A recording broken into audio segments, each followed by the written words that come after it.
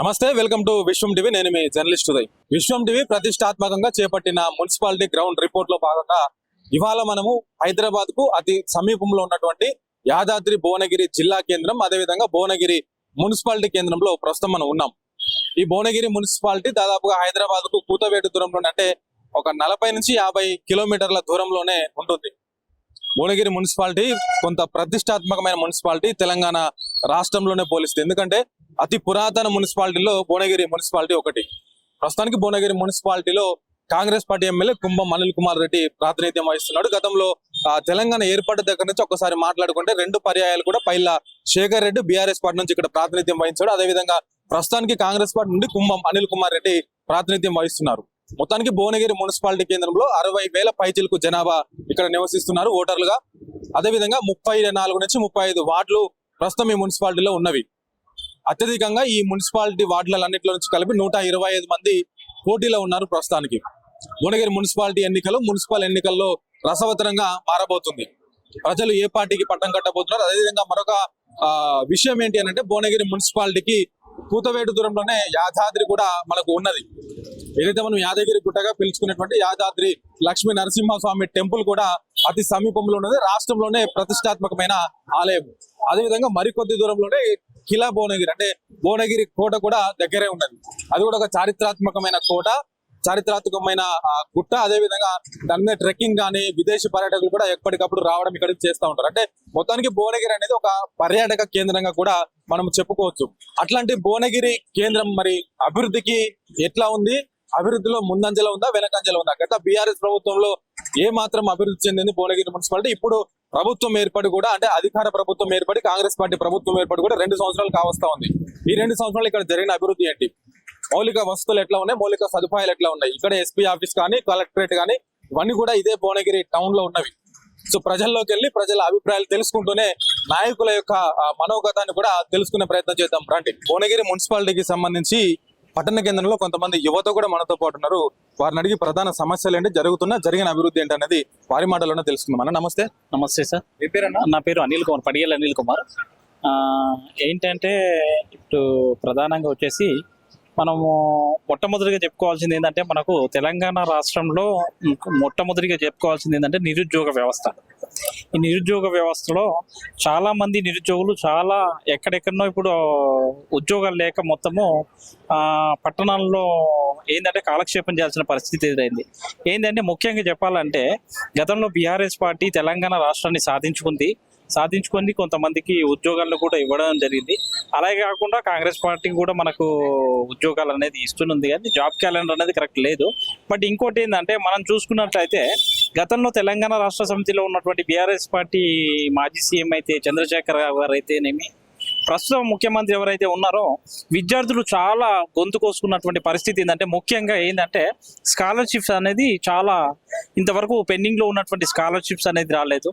అంతేకాకుండా స్కాలర్షిప్తో పాటు fee reimbursement కూడా అందలేకపోవడము.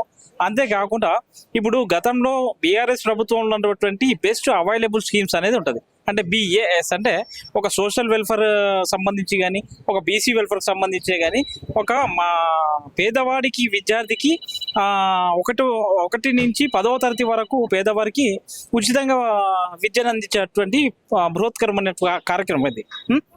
దీన్ని బెస్ట్ అవైలబుల్ స్కీమ్స్ అంటారు.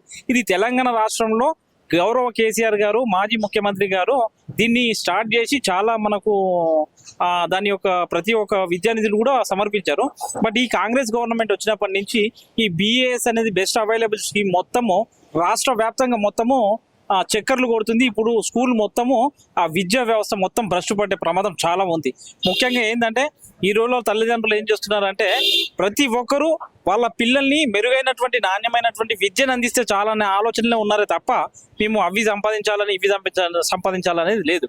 ఇంకొకటి, ఇక్కడ గతంలో ఉన్నటువంటి రాష్ట్ర రాజకీయాల్లో మనకు మామూలుగా రియల్ ఎస్టేట్ రంగంలో చాలా ఉండేది. విద్యార్థులు అయితేనేమి, పక్కకు యూత్ మెంబర్స్ అయితేనేమి రియల్ ఎస్టేట్లో చాలా లబ్ధి పొందినారు. ఇప్పుడు కాంగ్రెస్ ప్రభుత్వం వచ్చినప్పటి నుంచి రియల్ ఎస్టేట్ విధానం మొత్తం కుప్పకూలిపోయింది. దీనివల్ల స్థానికులు స్థానికంగానే ఉంటున్నాడు, ఉన్నోడు మాత్రం ఉన్న విధంగానే ఉంటుండ్రు. ఇక్కడ ఏంటంటే మనకు మెయిన్ ఏంటంటే ఇక్కడ మన భువనగిరిలో చూసుకున్నట్లయితే మనకు అధికార పార్టీ ఉంది కానీ ఆ చేసినటువంటి హామీలు ఏవైతే ఉన్నాయో అవి పూర్తిగా అమల్లోకి రావటం లేదు. ఒకటి ఫ్రీ బస్సులు, నెక్స్ట్ వచ్చేసి ఎలక్ట్రిసిటీ అనేది అందుతుంది, అందట్లేదు. బట్ ఏంటంటే నేను మీకు చెప్పదలుచుకుంది ఏంటంటే గవర్నమెంట్ ఏంటంటే విద్యార్థుల యొక్క జాబ్ క్యాలెండర్ని రిలీజ్ చేయాలని ఒకటి నేను ఒక విద్యార్థికి చెప్తున్నాను. అలాగే best available schemes BAS students ఎవరైతే ఉన్నారో రాష్ట్ర వ్యాప్తంగా ఉన్నటువంటి బిఎస్ స్టూడెంట్స్ వాళ్ళ పిల్లలందరినీ వాళ్ళ యొక్క నిధులు మంజూరు చేయాలని ఒకటి. నెక్స్ట్ మనకు ఇంటర్ నుంచి డిగ్రీ నుంచి ఇంజనీరింగ్ పైబడిన ఉన్నటువంటి విద్యా వ్యవస్థలో ఉన్నటువంటి ప్రతి ఒక్క విద్యారంగానికి స్కాలర్షిప్స్ అయితేనేమి, ఫీజు రియంబర్స్ అయితేనేమి వెంటనే విడుదల చేసి వారి యొక్క భవిష్యత్తుకి నాంది పలికితే ఈ గవర్నమెంట్ కూడా ఒక మంచి అవకాశం వస్తుంది.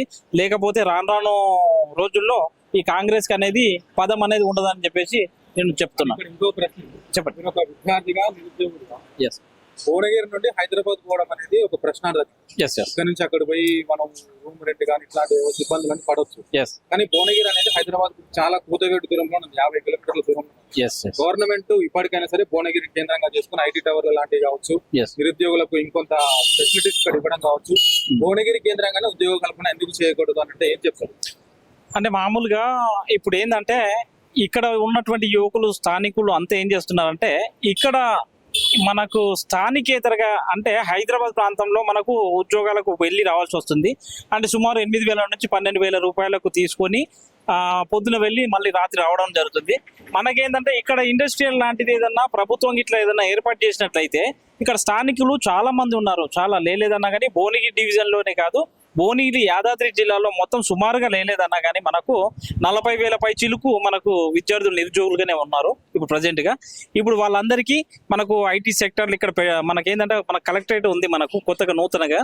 ఆ కలెక్టరేట్ పరిధిలో ఉన్నటువంటి ఆ సెక్టర్లలో మనకు ఒకటి ఐటీ సెక్టర్లను మనకు ఐటీ సెక్టర్లేనేమి, ఫార్మా కంపెనీస్ అయితేనేమి, నెక్స్ట్ ఇంకా కొన్ని ఇతరత్ర కంపెనీస్ మంచి ప్లేస్లు ఉన్నాయి. అలాంటి ప్లేస్లు భవిష్యత్తులో ఇక్కడ పెంచుకున్నట్టయితే విద్యార్థులు, నిరుద్యోగులకు మంచి ఉద్యోగ అవకాశాలు వచ్చే అవకాశాలు చాలా ఉన్నాయి. ఇంకొకటి జిల్లాలోనే ప్రాచీనమైనటువంటి ఏంటంటే యాదాద్రి పుణ్యక్షేత్రం ఇప్పుడు మినీ తిరుమల తిరుపతి దేవస్థానంగా అభివృద్ధి చెందింది. కాబట్టి యాదాద్రి దేవస్థానంలో ఉన్నటువంటి అక్కడ అయితేనేమి, అలాగే మన భువనగిరిలో ఇప్పుడే మనకేంటంటే టీటీడీ అని తిరుమల తిరుపతి మన స్వర్ణగిరి టెంపుల్ కూడా ఉంది. అందులో కూడా ఉద్యోగ అవకాశాలు కొంతమందికి ఇస్తున్నారు అక్కడ స్వర్ణగిరి పుణ్యక్షేత్రం వాళ్ళు కూడా. ఇలాంటి కొన్ని వెసులుబాటు కల్పిస్తే నిరుద్యోగులకు అనేది ఉద్యోగాలు అనేది వస్తాయి. దానివల్ల ఉద్యోగులు వాళ్ళ యొక్క దైనందిక జీవితంలో పాత్రలు అవుతారు, వాళ్ళ ఫ్యామిలీకి అండగా చేదోడు వాదుగా ఉంటుంది. ఏంటంటే మెయిన్గా ప్రభుత్వం ఏంటంటే విద్యార్థులను వారి యొక్క జాబ్ క్యాలెండర్ను ఏర్పాటు చేయాలి. అంతేకాకుండా పెండింగ్లో ఉన్నటువంటి స్కాలర్షిప్లను, ఫీజు రియంబర్స్మెంట్ని వెంటనే రిలీజ్ చేయాలి. థ్యాంక్ యూ అండి. నాకు